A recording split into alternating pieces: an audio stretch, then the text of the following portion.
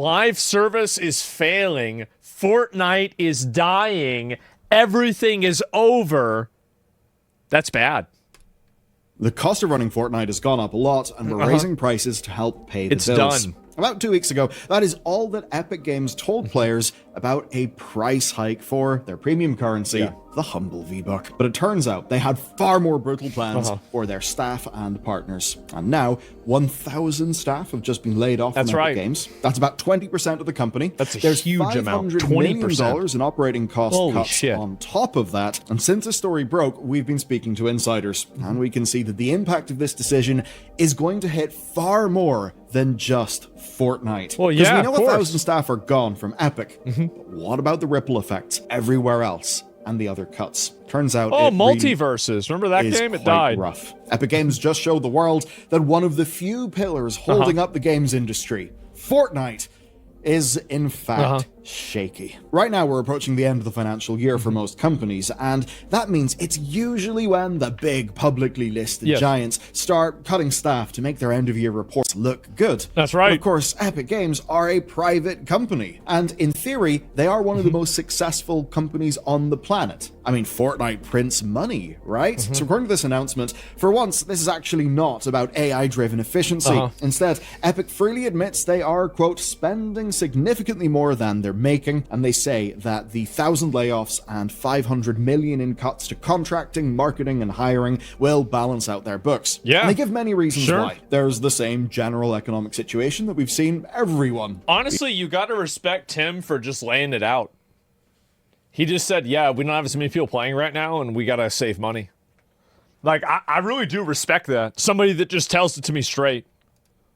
Publisher, or maybe just you they hired too many people. They did. Specifically for them, it means that growth and spending are both down because players have got less money, costs have went up, and the total industry player growth just has not increased as people expected. Turns out that as engaging as video games are, well, a vertical feed of videos may in fact be more engaging for many people. Now, there are other reasons as well. Epic-specific reasons, and here's what they've said about that. In being the industry's vanguard, we have taken a lot of bullets in a battle which is only in the early days of paying off for ourselves and all developers. Now, what they're referring to there is all the legal stuff. And as an example, Fortnite only just came back to Android last week, and it hit iOS again last year. And at least one of those returns is reportedly tied to an $800 million deal with Epic paying Google over 6 years. That's a lot of money. That came after 5 years of course, legal crusading from Epic to crowbar open the phone ecosystem. They basically wanted liberalization in storefronts and payment providers, of course, specific. Well, the storefronts and Epic is totally right, by the way. They're completely justified and totally in the right with this. The amount of, basically there's a duopoly that exists between the Google Play Store and the Apple Play Store, and it's completely unfair to everybody because they've effectively monopolized the entire market between the two of them, and I think it needs to be regulated.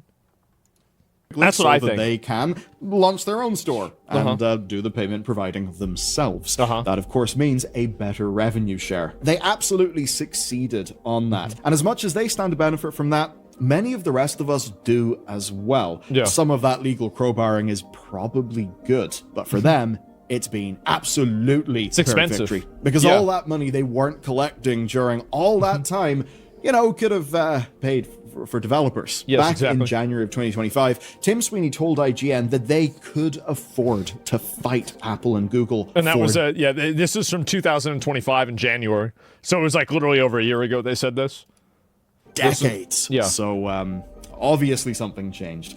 He was not anticipating these layoffs. The company clearly projected that they would be making more money by this point, but they're obviously not. The money's not coming in, meaning that Epic are cutting their spending, so let's talk about those cuts. First, you need to know that all this follows the 2023 layoffs, which were 830 employees, about 16% of the company. Damn, so like they've dropped like 2,000 people then, holy shit. And the divestment of Bandcamp. I don't think Bandcamp was ever going to save their finances. Now back then the reasons given were that creator content profit margins weren't high enough, and the company was spending too much, and that 2/3 of costs sat outside of their core development teams. And now... Yeah, there's probably HR and other types of management roles that don't add any value to a company.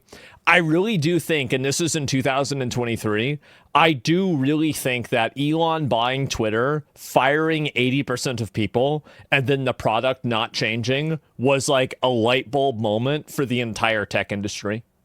And after he did that, he broke the ice, and then everybody started doing it afterwards.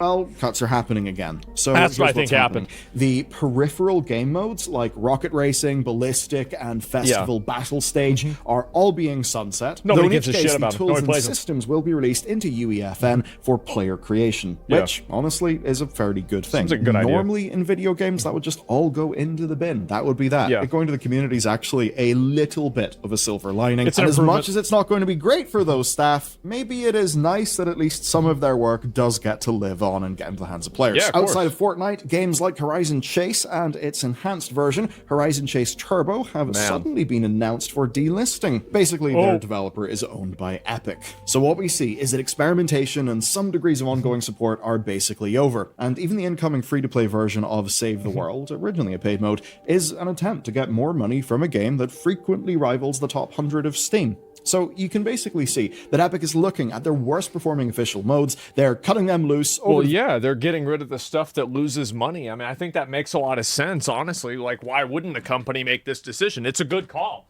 I'll be right back. Give me a second. All right. We're good. Excuse me. We're good. Community, and they are laying off the devs who worked on them. But they're not stopping there.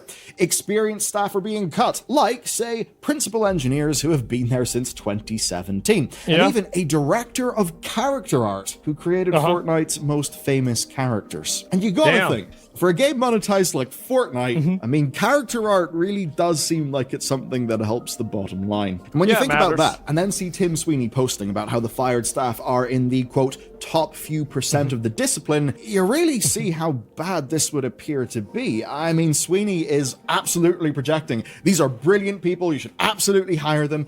This is an unprecedented wave of talent that I have graciously injected into the labor market. But obviously implicit in that is that if these are the top percent, then they're really not the sort of people you want to lose in your company. So that does suggest that it could also mean that they just changed the way that they develop games and like what their process is. I think that's another big component. And I think that's what probably happened, is that they changed the way they have a process because it wastes money the way they're doing it now. I think that makes sense. And I think it's going to continue, especially as you have like technology, not just AI, but like everything that's able to effectively do these people's jobs for them. I think that's what's going to happen. And also, like, a lot of people have a very weird relationship that they think companies should have as employers, where they think that this company should employ you even when the company doesn't get value out of it. So they think that the company has like a moral responsibility to fund you indefinitely, even though they don't need you or need to make money off of you anymore, right? I think this is a very, very toxic mindset, and nobody would actually, and the issue why I don't like this is because people don't have this standard for themselves.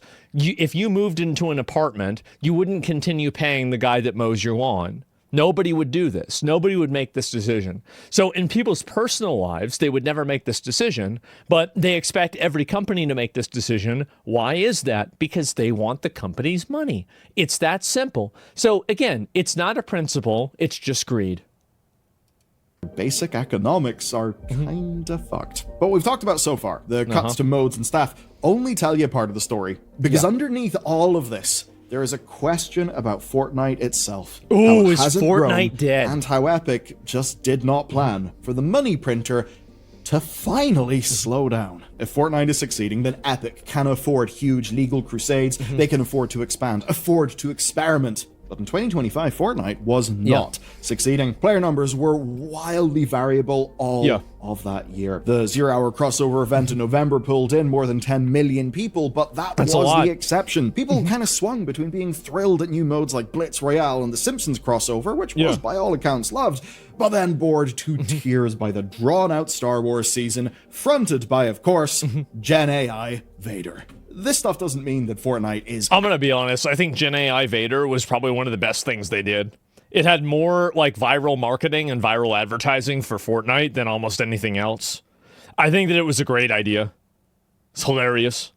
Actively collapsing. Circana analyst Matt Piscatella points out that in the US last month, people talking about Fortnite. 55% of players in PlayStation played Fortnite for 16 hours on average, while 31% of Xbox players played it for 15 hours. That's a lot of people Fortniting. I mean, a third of the install base is playing this game. That's a lot. Really is a worrying thing. I mean, if success this hard is not really financially sustainable, oh dear, is this entire thing built on sand? In a way, I think that what it's built on is it's built on the projection of growth.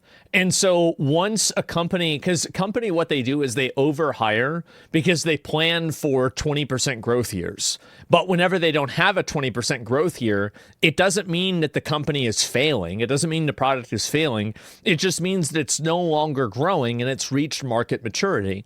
Every product reaches market maturity, whether it's Roblox, Minecraft, Fortnite, World of Warcraft, or anything else. There is a point in time where the number stops going up. And when it hits that point, it doesn't mean that the product has failed. It means that it's just simply stopped growing its user base because it's hit market saturation. This is the most normal, reasonable, common sense thing to happen. So whenever you have companies that are building for being 20% larger year after year, and that stops happening, then you have to recalibrate the size of your company because you're not building your company. It's like basically people that buy houses that have like 8 bedrooms or, 5 bedrooms, and it's just a man and a woman. Well, they're not buying that house for themselves. They're buying that house because they're going to have kids, and the kids are going to move into those apartments, right? Or not apartments, into those rooms. And usually after their kids move out, many parents decide to move into a smaller house after that. So, but it's about planning for the future. You see what my point is? Maybe. You see, the problem Does that make is sense? that last February, those averages were 21 and 19 hours. So the time is actually going down. And when your entire business model runs on engagement driving spending, losing 4 to 5 hours per player per month is a serious hit to your revenue. And in Epic's year in review, they said the total gameplay declined to only 6.65 billion hours. That's a lot of hours, is that but it's low? in the wrong direction. And leadership's response was to squeeze harder. But well, it's also like they want to stop, like, for example, like whenever you're turning a big ship, you can't turn the ship immediately. Whenever you see something on the horizon, you have to make a decision today that will allow you to avoid a problem or a collision in 2 years. That's what they're doing. I think it makes a lot of sense, honestly. It does. The crossovers alone were not enough, and some of the crossovers were actually loved, like the Simpsons one. In November 2025, Fortnite started to look a little bit more like Roblox. That's because on top of existing engagement payouts, individual island servers could start selling microtransactions paid for in premium currency. Now, it was a 100% revenue split for the first months, and then 50% to Epic after February. Seems like a good way to make money, but it just didn't move the needle. So a month later, the price of V-Bucks went up, with all bonus currency from the battle passes being eliminated. That's quite brutal. Now, players understandably didn't see how that was their problem and responded with outrage, especially given a perceived drop in core seasonal content quality over the last few months. Now, obviously, this isn't a case of people saying, we hiked the prices, you guys should have really paid attention to that and actually jumped on top of it and just bought loads of shit so that you could protect our staff. Obviously, no one really thinks that. I don't think Tim Sweeney thinks that. These layoffs are not the fault of players. But I think they're also not really... Another big problem that I think Fortnite has is that the game has a massive skill gap. And the big difference between Fortnite and Roblox is that Fortnite is defined by as a competitive game that is challenging, that people can be good at. Roblox, you can't really be good at Roblox. And because of that, there are a lot more people that it is accessible to. Like, if you're a brain dead 5-year-old, it's going to be hard for you to do anything in Fortnite because you're just going to get killed instantly every single time. So you might play the game because it's really popular, but are you really getting a fulfilling experience whenever you're just getting farmed constantly? Not really, because the game is complex. There's so many mechanics that are complex. Whereas when in Roblox, you just join a server and the server is, throwing snowballs at each other. And I think that the simplicity of Roblox is what's allowed it to kind of eat into Fortnite's younger generation of players, right? Whenever you're thinking about, especially the 10s and unders, like Fortnite is a complex game. There's a lot to it. And for an 8-year-old, a lot of 8-year-olds, it's going to be easier for them to understand the simplicity and the just brain dead nature of Roblox versus Fortnite. I think that's a big reason.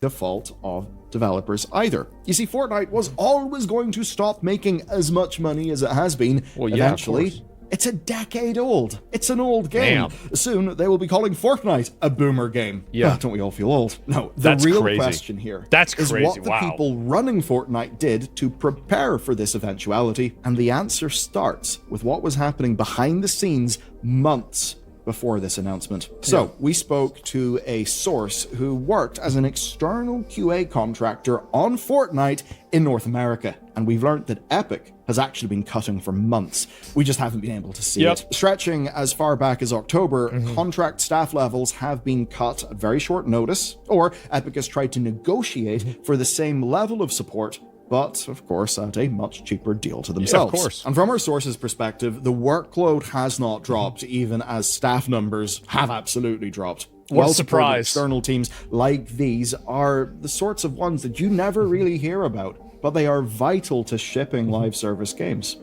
Now, Fortnite's most recent major update shipped buggy and late, and that was before the $500 million in cuts to contracting and support that they just announced. And maybe that's why they did it. Is perhaps the most dangerous part of these layoffs. Okay, systemic impacts. So 1,000 more developers across the globe will join the thousands already laid off this year, and the tens of thousands laid off over the last 5 years.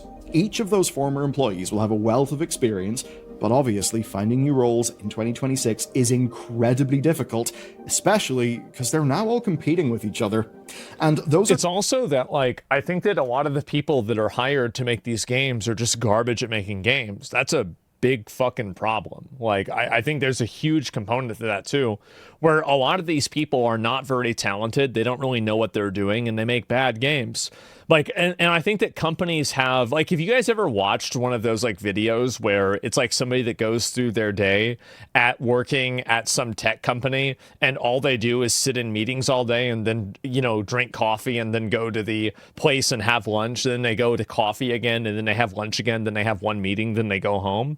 I mean, it's basically like adult daycare. It is. It's adult daycare. It's a woman thing. Well, yeah, but like, here's the thing: is that whenever you create a bunch of incentives to, proactively hire a bunch of women, and then you have them in all these jobs that are effectively fake jobs, then. Well, yeah, I mean, you're losing money at a certain point. And like, this obviously isn't sustainable. It never was sustainable. But I think that because they thought they had to, or because the company was continuing to grow, they thought that these people would eventually be utilized. And so they're kind of used as a buffer to where, like, oh, if the company does grow, then we can utilize this person more. But I think that now, as these companies have reached maturity, they're realizing that not only do we not need these people, but they're actually a waste of money. And so now, or they're costing us money, and now they're being fired. I think that's what's happening. Just the staff directly impacted. DEI's Any dying. contracts with external developers, support teams, or QA impacted Obviously. by the $500 million in cuts. That's a lot of money. Yeah. And of course, there were cuts leading up to that. Well, those can also lead to layoffs at those companies, ones that you probably won't hear about, as all of these companies scramble to find replacement revenue for what previously would have been seen as a fairly safe deal on a big industry titan of a game. Yeah. And beyond that, This is Epic Games. One of the biggest game companies on the planet is making layoffs like this, and they're openly admitting that they're not making enough money. Here, it doesn't matter that Epic themselves are a private company. The point is that if Epic, sitting on Fortnite, sitting on the Unreal Engine, can't make their numbers work, well, what does that tell every investor evaluating new deals in the gaming industry right now? I personally don't agree with this analysis. I think that Epic, just like every other video game company, will reach its maturity level eventually, and that growth will eventually stop. Now, just because their growth has a number of zeros behind it that other companies don't have, doesn't mean that it's not still subservient to the same baseline market forces that every other company is accountable to. So whenever Epic experiences this, I don't think this is really an indicator that like video games are failing or like live service is dying. I think that it's just a reality that eventually all good things maybe don't come to an end, but they stop continuing to make more and more and more money. Tells them the floor may be lower than anyone thought. And maybe the sorts of projects many of those groups were into funding, the big, exciting live services that would just promise continual, stable revenue month after month after month, year after year, not the traditional game revenue of, you know, in 3 years we'll have a game done and maybe it'll make a lot of money, maybe it won't. Who knows? It's art. No, there's a reason why they all wanted to fund live services. When they work, live services generate revenue in a way that is absolutely fantastic for a corporation. So when we see a story like this one happen, there is a real risk of making a difficult funding situation far worse, and at the exact moment. Well, maybe it should be worse. Maybe if your focus is create a forever game that just endlessly pushes out slop content to get people to play it regularly because of FOMO, maybe that's not a good business model. Maybe that business model is bad. And maybe the market is saying that we don't want that as much as you think you do. I think that's a good thing. Do need investment the most. But the thing is, it almost certainly didn't have to be this way. So far, while many directors in Fortnite are getting yoked out the door, we haven't seen anyone from the executive team take a hit. Of course, those people are the key decision makers here, and here what we see is that the people making Fortnite have been making Fortnite, but the people leading Epic, well, they've been using Fortnite to fund endless dream projects, making the game a platform for creators, deals with Unity to make all games run in Fortnite, deals with Disney to make it the future of marketing. 3 years ago, they overextended and they had to cut back. And now, at least 1,000 people are losing their jobs because the same leadership basically made the same bet again and lost again. That's what happens.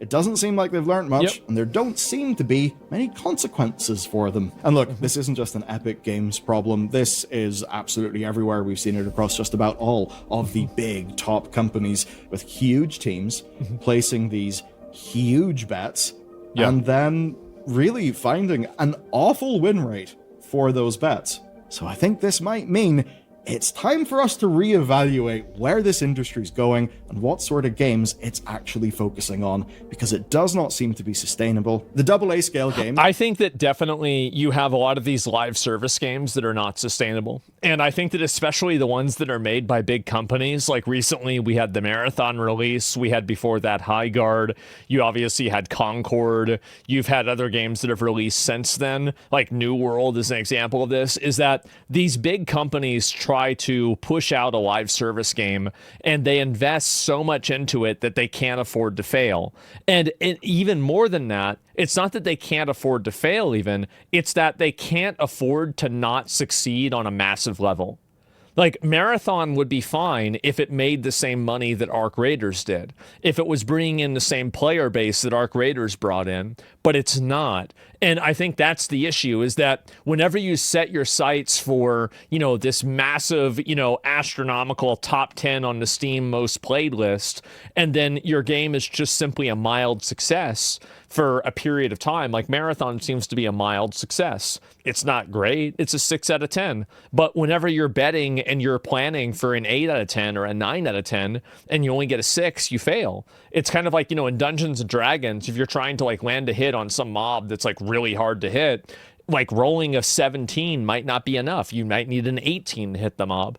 So even if it's something or a monster, right? I mean, that's how it works. So I think the same thing happened with Ubisoft with Assassin's Creed Shadows. Assassin's Creed Shadows was a just really milquetoast 6 out of 10 game. It was not awful. It wasn't a total failure. It played, I guess, kind of well, right? I mean, it was basically a video game, and it was not. It was a mid game, but like it was a little bit above mid. It had nice graphics, and there was a progression system to it, and people thought it was okay, and it sold, I think, maybe a couple million copies, but it was like a 6. I'd say again, it was a 6 out of 10 game, but after $400 million are invested, can you afford a 6? Because that had to be their silver bullet. That had to be their home run. That had to be the one game that averages out all of the previous commercial failures. So when you have a video game like that you plan on being a 9 and it only is a 6, well, then you've got to recalibrate. And I think that's what's happened, is that a lot of these studios are now recalibrating. And another big issue is that there are also overseas pressures as well. So, for example, it becomes a lot harder to make a video game, a fantasy video game, and compete whenever you have Chinese developers making games like Where Winds Meet, or you have Korean developers making games like Crimson Desert. So why is it that, for example, they can make these games that are these expansive, massive open world, with Where Winds Meet, an example is better. It's a live service even. Why are they able to do it, but Western devs are not able to do it? Well, they have, they can go to market at a cheaper rate because obviously the cost of doing business over there is less. They're getting support from the government in China, at least. On top of that also, and you're going to see this happen also with Middle Eastern games too. I think the Middle East is going to start developing games. Well, they're not really even developing. They're usually they're buying games. They're buying companies. But I think you're going to continue to see that happen, is that they can develop at a lower cost. And they also are not focused on, and I talk about this a lot, right? But I do think it's a big component, is that, the video that we were watching earlier of like all of those like weird, stupid Karens talking about the process of points of privilege and everything. The game developers, a lot of them think like that.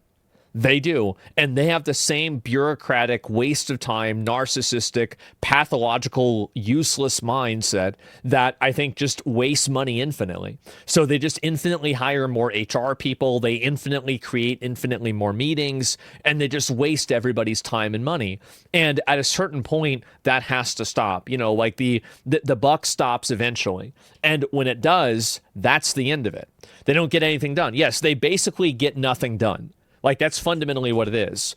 And I think that you see this with World of Warcraft. You see this with a lot of other games. You saw it with Dragon Age, the Veilguard, you saw it with Concord, etc. And so when you invite a bunch of people into an organization that have a mindset that is absolutely antithetical to a creative process and to delivering a product to market, big surprise, you're going to have a failed product. And that's why they're being outperformed by such a ridiculous degree by Polish developers, other European developers, like Sandfall that made Expedition 33, and especially by developers that are in China and Korea.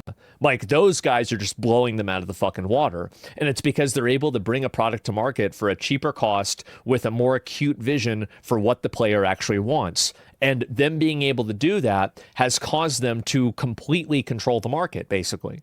And look at, for example, gacha games. They're totally dominant. They're massive. Like, that's it. They own the market.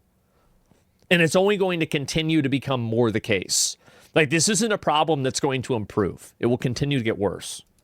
Is barely a thing anymore. Live services have basically eaten the top, and in trying to outspend and outmake Fortnite, the industry's done untold damage to itself, probably incalculable damage to itself. It's a total disaster, but in my view, it's not a surprising one. For a long time, we have not been paying money for video games. For a long time, we've been paying money for upcharges within video games. And I have a little feeling that the further the economics get away from being driven by developers making content, the worse things will be. Because why have a healthy stable of appropriately scoped games all targeting diverse audiences who are going to get a game made for them? Why have that when you can just make huge mono games to target every human on the planet? Doesn't really make sense, does it? Because they don't work. And also there's a problem where you can't build an ecosystem. Like, for example, like in a dinosaur ecosystem, there can only be so many T-Rexes. There can only be so many brontosauruses. There can only be so many blue whales in the ocean right now. And do you know why? It's because an ecosystem like that cannot support a large number of these apex predator or massive, drains on that ecosystem. Right? That's it. And so you have to have those smaller games. And you can't have every company can't make their forever mono game and get the same feedback and the same type of returns that the first people that did it did. Because obviously, they don't have the first mover advantage. And on top of that, they don't have the ability to I have a mindset. This is my mindset. I only do dailies in one game. I might play multiple live service games at a time, but I only do one set of dailies. And that's a way for me to prevent myself from being on the infinity treadmill. I'm okay with dailies in a game, but the reality is that each single video game has an ecosystem that expects you to devote a large portion of time to it. And as somebody who likes to play different games, that's not feasible. And I think that causes people to break away and not play them, or it causes people to make a choice. And ultimately, there are only so many people out there that can make that choice. All through the research, writing, recording right now stages, it's Wuthering Waves. of this video, there were more That's the game I play a lot. At more companies. I haven't played Studios since shut Crimson down. Desert came We'll out, talk though. about that soon, but suffice to say, stuff is not looking good. But do you know who has got their job back? In a really funny way, Who? the Subnautica guys. Oh, and yeah! The Krafton CEO, who basically said, Forgot all about hello that. there, ChatGPT. I would like to get out of a $250 million Had to drop contract. infield? Please Yeah, I help. dropped it Turns too. out that was a bad idea. And you can learn all about it in the next video. Yeah, I dropped infield. I stopped playing it because the game just just drug on. And I felt like there was no real reason, there's no reason for me to keep playing. I beat the game. Dailies are chores. Well, I unlocked everything. I have all the money. Infield got boring. The reason why it got boring is because the combat's bad. That's the reason why it's boring. If it had Wuthering Waves combat or Dragon's Dogma combat, it would be amazing. But it's literally, you can play Arknight's Infield with a garage door opener. There is so little depth to the game that it's just fucking boring. And yeah, and also it's lack of content, to be honest. I didn't even do the combat scenarios because it was the same thing. And also the bosses are so easy. They're a joke. They only do 2 mechanics. What the fuck? Compare that to Tempest Mephis in Wuthering Waves, that is a release boss, or Crownless, that was a release boss, or I think Dreamless or something like that was also a release boss. It is not even in the same fucking universe. The other games are just so much better. And Crimson Desert, Margit, well, we're talking about gacha games, right? But I think that's the issue. And I think gacha games are reaching that entropy point. And I think that right now, Genshin Impact came out. It was a massive success. And I'll link you guys this video. Make sure to give it a like. I love Bellior. I've been watching his videos forever, and I totally agree with what he's saying, right? I do. And Pathetic Downfall 5 ups. I'll have to watch that maybe tomorrow. But I'm not a big boss enjoyer. The lack of content was the killer. Well, yes, but the bosses are content. But I see what you're saying, too. You're not wrong about that. But the main concern that I think that a lot of these games have now is that you're having, Silver Palace come out, Neverness to Everness come out, Anata come out, that apparently isn't going to be a gacha game now. I don't really know. And I think there's one other game that's coming out that's also another gacha game that's a character selector type game.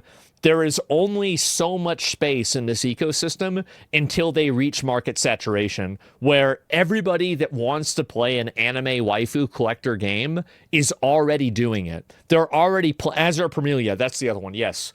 They're already playing one of these. So how are you going to get somebody to move away and to play your game? And I think the reality is that every single time a new one of these comes out, people will go and try it out. but only, I think a very, very small subset of people are actually playing multiple gacha games at the same time. Like, I think that if you play more than 2 games, you're basically in like the 9th circle of hell. Like, you're doing dailies. It's just, oh my God, you're like trying to keep up with multiple banners. Like, holy fuck, like what a piece of shit, terrible experience.